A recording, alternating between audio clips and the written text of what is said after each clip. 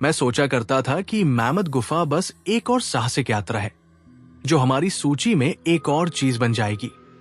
ये मजेदार होना चाहिए था, एक ऐसा सप्ताहांत जब हम अपने सबसे अच्छे दोस्तों के साथ अंधेरे में छाया का पता लगाते, हमारी हिम्मत को अंधेरे में परखते। लेकिन कहीं न कहीं वहां लाखों पत्थरों के नीचे कुछ गलत हो गया। अब हम में से एक गायब है और मैं कसम खाता हूं, मुझे अभी भी उसकी आवाज सुनाई देती है। हम कई घंटे से चल रहे थे, हमारी आवाजें सुरंगों में गूंज रही थी और हर एक गूंज उस आत्मविश्वास का मजाक उड़ा रही थी जो हमने शुरुआत में महसूस किया था। मैं, सैम और मेरे दोस्त ल्यूक, जैरेड और बेन थे। बेन हमेशा साहसी था, जो सबसे पहले आगे बढ़ता, जो हमें परेशानी में डालता सिर्फ हंसी मजाक के लिए। लेकिन जब वो वापस नहीं आया तो कोई नहीं हंस रहा था। ये अजीब है, हमने अपने कदमों को पीछे पलट कर देखा, हर दरार को खंगाला, उसका नाम पुकारते रहे जब तक हमारी आवाजें खिसक नहीं गई। कुछ नहीं, बस एक निरंतर सन्नाटा, भारी और निगलने वाला।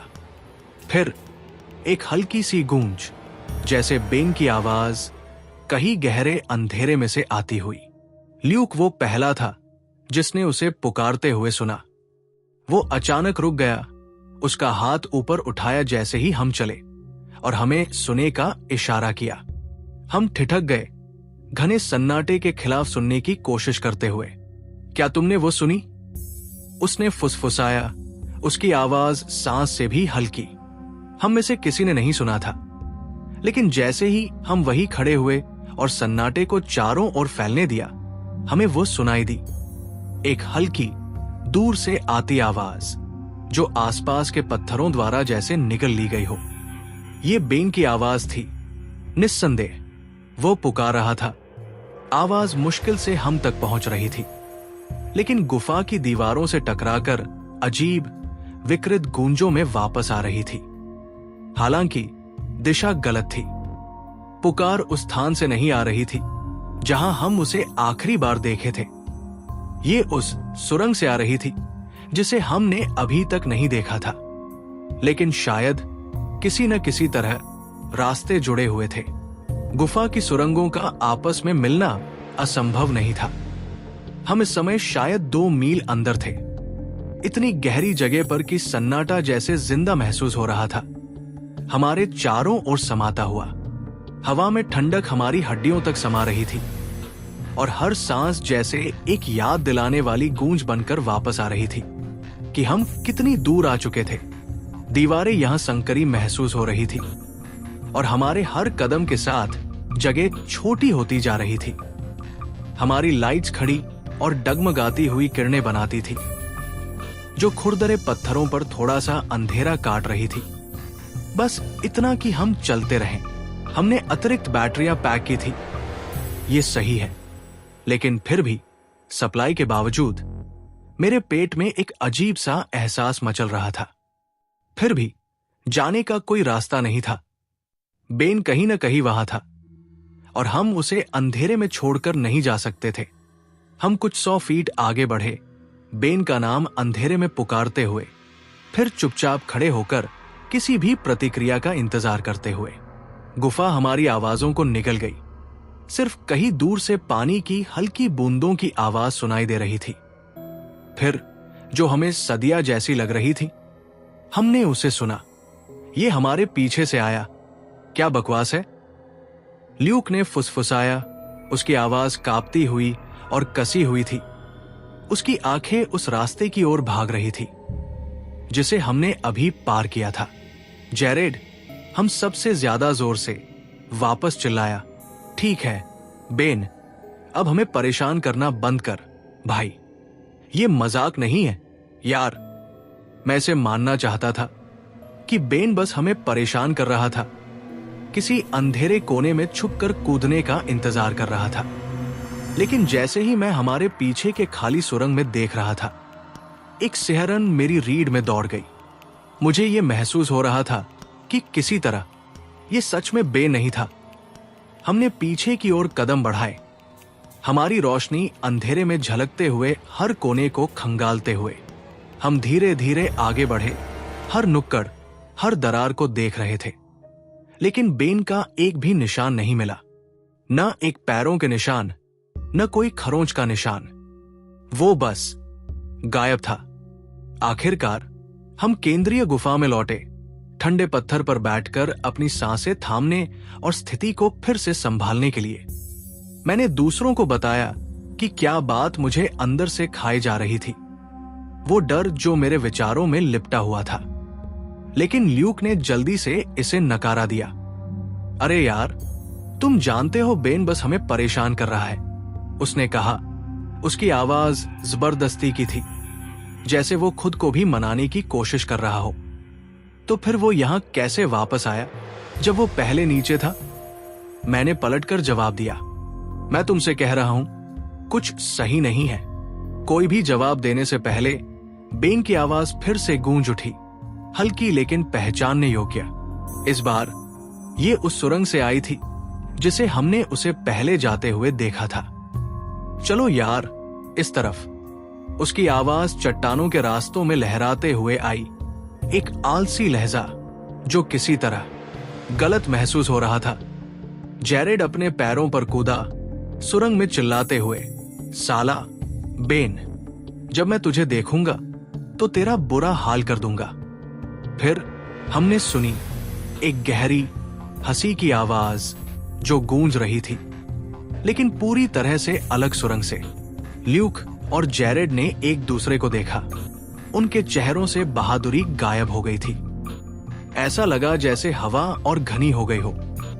और अब उन्हें भी ये एहसास हो रहा था, कुछ तो गड़बड़ था। एक सिहरन हम सब पर छा गई, हमारी हड्डियों में समाती हुई। जैसे ही बेन की हंसी अंधेरे में खो गई, हम एक साथ इकट्ठा हो गए, जल्दी जल्दी फुसफुसाते हुए, ये तय करने की कोशिश करते हुए कि क्या करें। बाहर जाने का विचार जल्दी ही आया, लेकिन ल्यूक ने उसे तुरंत खारिज कर दिया। हम बेन को यहां अकेला नहीं छोड़ सकते यार, उसने जोर देकर कहा। उसकी आवाज दृढ़ थी, लेकिन अंदर से बेचैन। जैरेड ने सिर हिलाया, दूर स्थित निकास की ओर देखकर। मैं जा रहा हूं। मैं पुलिस को कॉल करूंगा और बताऊंगा कि हमारा दोस्त गायब है। मैं खोज दल के साथ वापस आऊंगा। यह सच में बुरा विचार नहीं था। एक हिस्सा मुझे राहत महसूस कर रहा था, यह सोचकर कि पेशेवर लोग उपकरण और अनुभव के साथ आ रहे हैं। लेकिन ल्यूक टस से मस नहीं हुआ। उसके मुंह में कड़ा इरादा था, उसकी आंखों में दृढ़ता थी। वो और ढूंढना चाहता था, विश्वास करता था कि बेन पास ही होगा, अगले मोड़ के आसपास कहीं। जैरेड ने और बहस का इंतजार नहीं किया। एक आखिरी बार पीछे देखकर वो निकासी की ओर रास्ते पर दौड़ पड़ा, उसकी टॉर्च दीवारों पर उछलती हुई, जब तक वो हमारी नजरों से ओझल नहीं हो गया। ल्यूक और मैं वहां चुपचाप खड़े रहे। उस निर्णय का बोझ हमारे बीच भारी हो रहा था। आखिरकार हमने थोड़ी देर और खोजने का फैसला किया, बस थोड़ी देर। और हमने खुद से कहा, जब जैरेड हमारी नजरों से ओझल हो गया, ल्यूक और मैंने उसी सुरंग में प्रवेश किया जिसमें बेन गायब हो गया था। हम आवाजें निकालते हुए पुकारे।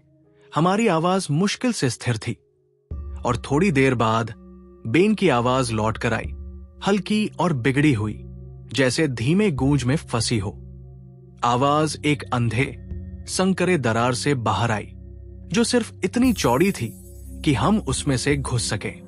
हम धीरे धीरे आगे बढ़े, हर कदम पहले से धीमा। हमारी गर्दन पर एक सिहरन महसूस होती हुई, जैसे छायाओं में से कोई अनदेखी आंखें हमें देख रही हों। रास्ता अचानक दाहिनी ओर मुड़ गया। ऐसा लग रहा था जैसे ये किसी और सुरंग की ओर वापस लौटेगा। ल्यूक ने मुस्कुराते हुए हंसी दी। देखो, वो बस हमें परेशान कर रहा है। लेकिन जैसे ही हम मोड़ के पास पहुंचे, हमारी रोशनी ने कुछ ऐसा पकड़ा जिससे हम एकदम रुक गए। रास्ते के बीच में एक तेज और खुरदरी दरार खुली थी, जो चौड़ी और गहरी थी, और उसने सुरंग को काट दिया था। जगह इतनी तंग थी कि हम साथ साथ नहीं चल सकते थे। इसलिए मैं ल्यूक के पीछे चल पड़ा, जबकि वो धीरे धीरे आगे बढ़ते हुए अपनी टॉर्च को नीचे की अंधेरी गहराई में डाले हुए था। ल्यूक चुप हो गया। उसकी रोशनी कुछ ऐसे चीज पर जमी हुई थी जिसे मैं देख नहीं पा रहा था। मैं इंतजार करता रहा। शांति का दबाव बढ़ता गया जब तक वो तनाव असहनीय नहीं हो गया। क्या है? मैंने फुसफुसाया, उसकी तरफ देखने की कोशिश करते हुए। जब उसने मुझसे मुड़कर देखा, उसका चेहरा रंगहीन हो चुका था, आंखें चौड़ी, होंठ फटे हुए जैसे वो शब्दों को ठीक से ढूंढ नहीं पा रहा हो। उसने गहरे से निगलते हुए किसी तरह ये कहा, वो नीचे है। ल्यूक ने कहा। उसकी आवाज कांप रही थी। मेरे खून में बर्फ की ठंडक दौड़ गई। तुम्हारा मतलब क्या है? मैंने हकलाते हुए कहा। दिल मेरे सीने में जोर जोर से धड़क रहा था। वो नीचे है, सैम, ल्यूक ने फुसफुसाया। उसकी आवाज टूट रही थी। मरा हुआ। ये शब्द मुझे जैसे घूंसा मारने की तरह लगे। मैं वही खड़ा रह गया, अविश्वास में जड़, जब तक ल्यूक ने मेरा हाथ पकड़ लिया। उसका दबाव इतना था कि दर्द होने लगा। हमें यहां से निकलना होगा, उसने कहा। उसकी आवाज में डर की कसावट थी। बिना एक शब्द कहे हमने मुड़ा और वापस चलने लगे, तेजी से, लेकिन हमारी रोशनी घने पत्थरों की दीवारों के साथ घबराए हुए कदमों के बीच झपकते हुए। जैसे ही हम उस सुरंग तक पहुंचे जो केंद्रीय गुफा की ओर वापस जाती थी, एक और आवाज अंधेरे में गूंज उठी। यार! हम दोनों में से किसी ने भी रुकने की कोशिश नहीं की। हम दौड़ पड़े, कदम जमीन पर गूंजते हुए, सांसें घबराहट से उखड़ी हुई। हमें फर्क नहीं पड़ता था कि ये आवाज कहां से आ रही थी। हमें बस बाहर निकलना था। ल्यूक अपनी जल्दबाजी में एक खुरदरी चट्टान पर ठोकर खा बैठा और जोर से गिरा। उसकी टॉर्च जमीन पर घिसकते हुए टूटकर बिखर गई। मैंने रुककर उसे उठाने की कोशिश की, और जैसे ही मैं चला, मेरी रोशनी दीवारों पर झलकी, और तभी मैंने उसे देखा। एक आकृति, पीली और नंगी, सुरंग के दूसरे छोर पर बैठी हुई, हमें खोखली और खाली आंखों से देख रही थी। वो लगभग इंसान जैसी दिखती थी, लेकिन कुछ बेहद बेहद गलत था। हे भगवान! मैंने बमुश्किल बुदबुदाया। मेरी आवाज जैसे एक हल्का सस्वर डर के साथ कांप रही थी। जैसे ही मैं उस आकृति को घूर रहा था, ल्यूक ने पलट कर देखा। उसे देखकर उसका चेहरा डर से मुड़ गया। उसने मेरा हाथ पकड़ा, मुझे अपनी हड़बड़ी से बाहर निकालते हुए। चलो सैम, उसने मुझे आगे खींचते हुए कहा। हमने पीछे नहीं देखा, अंधेरे में दौड़ते हुए, जितनी जल्दी हो सके उतनी दूरी बनाने की कोशिश करते हुए, और उस चीज से जितना हो सके दूर जाने की कोशिश करते हुए। हर छाया ऐसी महसूस हो रही थी जैसे वो हमें घेर रही हो। हर गूंज हमारी नसों को और कसती जा रही थी। जब हम मुख्य सुरंग तक पहुंचे जो गुफा से बाहर जाती थी, तो हमें आगे एक आकृति पड़ी हुई दिखी। जैरेड, वो मुंह के बल पड़ा हुआ था, बिल्कुल स्थिर। उसकी टॉर्च कुछ फीट दूर पड़ी हुई थी, जो पत्थरों पर एक भयानक रोशनी डाल रही थी। हे भगवान! मैंने सांस रोके हुए कहा। दिल तेजी से धड़क रहा था। जैसे ही हम उसके पास घुटनों के बल बैठ गए, वो शायद गिरा होगा। हो सकता है अपनी जल्दी में वो बाहर निकलने के लिए खुद को चोटिल कर बैठा हो। लेकिन जब हमने उसे पलट कर देखा तो मेरी सांस थम गई। उसका चेहरा पहचान में नहीं आ रहा था, कुचला और खून से सना हुआ, जैसे किसी ने उसे बार बार पीटा हो। उस डर ने हमें वैसे का वैसे जड़ दिया, और मैं मुश्किल से सोच पा रहा था। बस डर की ठंडक मेरी हड्डियों में गहरी उतरती जा रही थी। तभी हमने सुना, एक आवाज अंधेरे से आई, लेकिन इस बार वो बेन की नहीं थी। ये जैरेड की आवाज थी।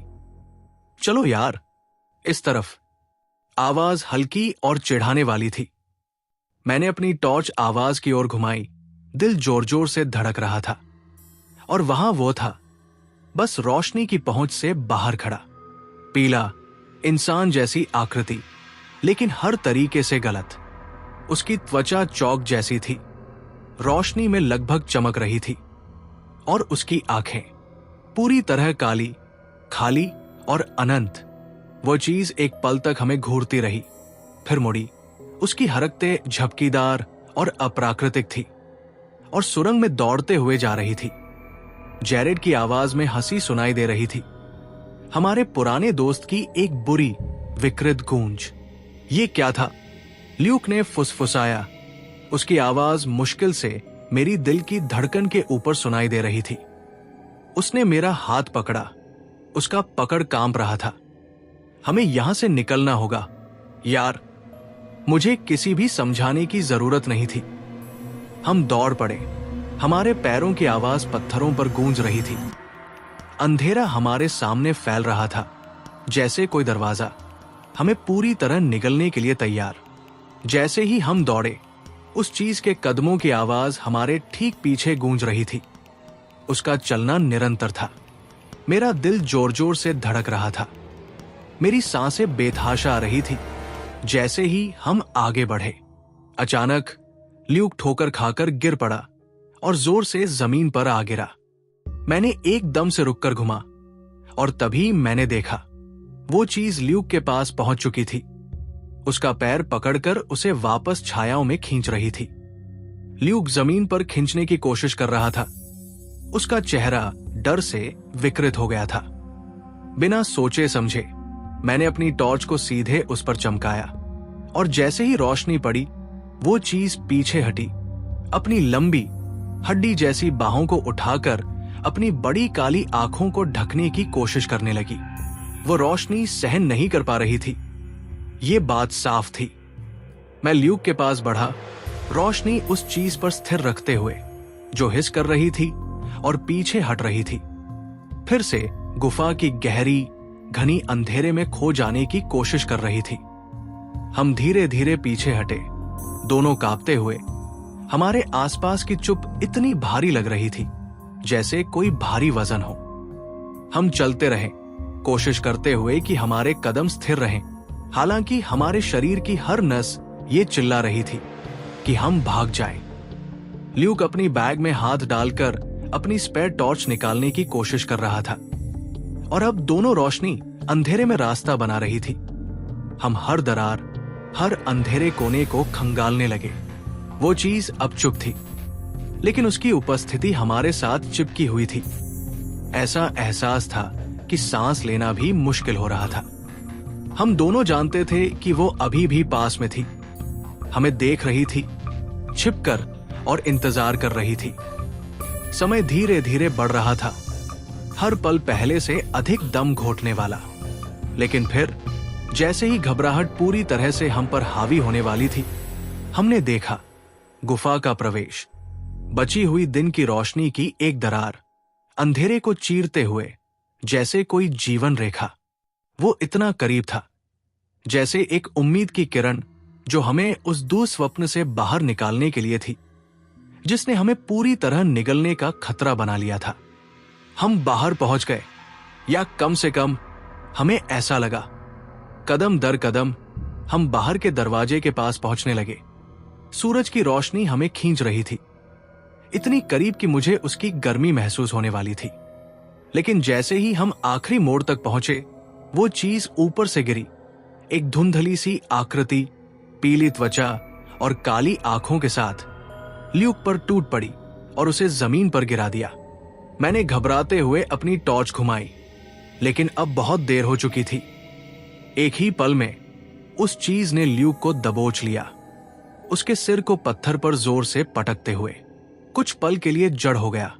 मेरा मन मुझे हरकत करने के लिए चिल्ला रहा था, कुछ करने के लिए, लेकिन सहजता ने नियंत्रण ले लिया। मैंने पलटकर भागना शुरू कर दिया, ल्यूक की अंतिम मध्यम आवाजों को छोड़ते हुए, अपने दोस्त को पीछे छोड़ते हुए। मेरी आंखों से आंसुओं की धारा बह रही थी, जो मेरी नजरें धुंधली कर रही थी। जैसे ही मैं खुद को आगे बढ़ाता गया, मुश्किल से सामने की रोशनी देख पा रहा था। जब मैं आखिरकार गुफा से बाहर भागते हुए बाहर की हल्की रोशनी में गिर पड़ा, तो मैं जमीन पर लुढ़क गया, हवा के लिए हाफते हुए। मेरी छाती ऊपर नीचे हो रही थी और नुकसान का भारी बोझ मुझ पर टूट पड़ा। आंसुओं की धारा रुकी नहीं। जैसे ही मैं वहां लुढ़कते हुए पड़ा था, टूटा हुआ, ये जानकर कि मैं ही एकमात्र था जिसने बाहर निकला। जब मैंने खुद को खड़ा किया, अपनी सांस को स्थिर करने की कोशिश की, तभी मैंने सुना ल्यूक की आवाज, हल्की और डर से घुटी हुई, गुफा की गहराई से पुकारते हुए, सैम, कृपया मेरी मदद करो। मैं जम गया। मेरी सारी प्रवृत्तियां मुझे इसे नजरअंदाज करने के लिए चिल्ला रही थी, मुझे वो याद दिलाने के लिए कि ल्यूक अब नहीं था। लेकिन उसकी आवाज, टूटी और डेस्परेट, ने मेरे अंदर कुछ मोड़ दिया। दोष ने मुझे जकड़ लिया, किसी भी डर से ज्यादा तीव्र। मैंने उसे छोड़ दिया था, मैंने उसे अकेला छोड़ दिया था। वो गुहार जारी रही, नरम लेकिन लगातार। हर शब्द मेरे मानसिक संतुलन को झकझोर रहा था। मेरे अंदर का एक हिस्सा चाहता था कि मैं वापस मुड़ जाऊं, अंधेरे में दौड़ते हुए, यकीन करते हुए कि वो इंतजार कर रहा है कि मैं उसे बचा सकता हूं। लेकिन एक और हिस्सा, एक ठंडा, अंधेरा हिस्सा सच जानता था। वो ल्यूक नहीं था, वो वही चीज थी जो उसकी आवाज की नकल कर रही थी, मेरी बची हुई उम्मीदों को अपनी पंजों में जकड़ रही थी। और फिर भी क्या होगा अगर किसी तरह वो सचमुच ल्यूक था? ये ख्याल मुझे तड़पाता रहा, मुझे वही खड़ा छोड़कर, बेसहारा और टूट चुका, न तो आगे बढ़ पाने में सक्षम और न ही पीछे मुड़ने में। आखिरकार मैंने खुद को गुफा से मुड़ने के लिए मजबूर किया। हर कदम पिछले से भारी था। मुझे जाना था, मुझे बाहर जाना था और किसी को बताना था कि क्या हुआ था, चाहे सब कुछ कितना भी असंभव लगता हो। लेकिन जैसे ही मैं जंगल के किनारे पहुंचा, ये एहसास हुआ, मैं उन्हें सच नहीं बता सकता था। वे मुझ पर विश्वास नहीं करेंगे, कोई भी नहीं करेगा। मुझे पहले ही शक की नजरें, फुसफुसाहटें और निर्णय की झलकियां दिखने लगी थी। इसलिए मैंने झूठ को याद किया। जैसे ही मैं शहर में घुसा, हर शब्द मेरे गले में उलझ रहा था। मैंने उन्हें बताया कि गुफा में कोई हमारे पीछे पड़ा था, उसने हमें घेर लिया, जैरेड और ल्यूक पर हमला किया। मैंने एक बिना चेहरे वाले कातिल का वर्णन किया जो अंधेरे में छिपा था, हमें एक एक करके शिकार कर रहा था। ये इस तरह से आसान था, इसे समझाने से कहीं ज्यादा जो समझाया नहीं जा सकता था। उन्होंने सुना और सब कुछ नोट कर लिया। लेकिन जैसे ही मैं बोल रहा था, एक ठंडी हवाएं मेरी रीढ़ में दौड़ गई। मेरे दिमाग के पीछे ल्यूक की आवाज अभी भी गूंज रही थी, मुझे अंधेरे में वापस बुला रही थी। पुलिस ने इसे छोड़ने नहीं दिया। उन्होंने मुझसे घंटों तक पूछताछ की, वही सवाल बार बार पूछते रहे, मेरी हर प्रतिक्रिया पर नजर रखी। जल्दी ही उन्होंने मेरे दोस्तों और परिवार से बात करना शुरू किया, हमारे रिश्ते की गहराई में जाने की कोशिश की। मैं उनकी आंखों में देख सकता था, उन्हें मुझ पर शक था। मैं आखिरी था जो बाहर निकला, केवल मैं ही वापस आया था और मेरी कहानी मेल नहीं खा रही थी। उन्होंने गुफा को कई दिनों तक खंगाला, हर रास्ते, हर गुफा को छान मारा। आखिरकार उन्होंने बिन की लाश पाई, जो उस गड्ढे के नीचे सिली हुई थी। उसके हाथ पैर असामान्य कोणों पर मुड़े हुए थे।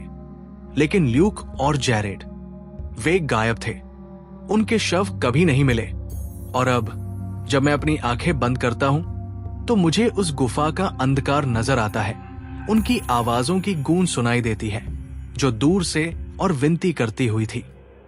कोई भी मुझ पर विश्वास नहीं करता, और शायद इस सब के बाद मुझे खुद पर भी यकीन नहीं है। एकमात्र बात जो मुझे पूरी तरह से पता है, वो ये है कि मैं कभी भी किसी गुफा में कदम नहीं रखूंगा, जितना मैं जीऊंगा। इस विचार से ही मेरी त्वचा सिहर उठती है, मेरा दिल तेजी से धड़कने लगता है। अब अंधकार सिर्फ मुझे असहज नहीं करता, ये एक जीवित, सांस लेने वाली दहशत बन चुका है, जो हर मोड़, हर छाया के चारों ओर लिपटी रहती है। अब मुझे अंधेरे से डर लगता है, जैसे मैंने कभी कल्पना भी नहीं की थी। हर बार जब मैं एक लाइट बंद करता हूं, तो मुझे ये डर सताने लगता है। यहां तक कि अपने घर में भी मैं इसे महसूस कर सकता हूं।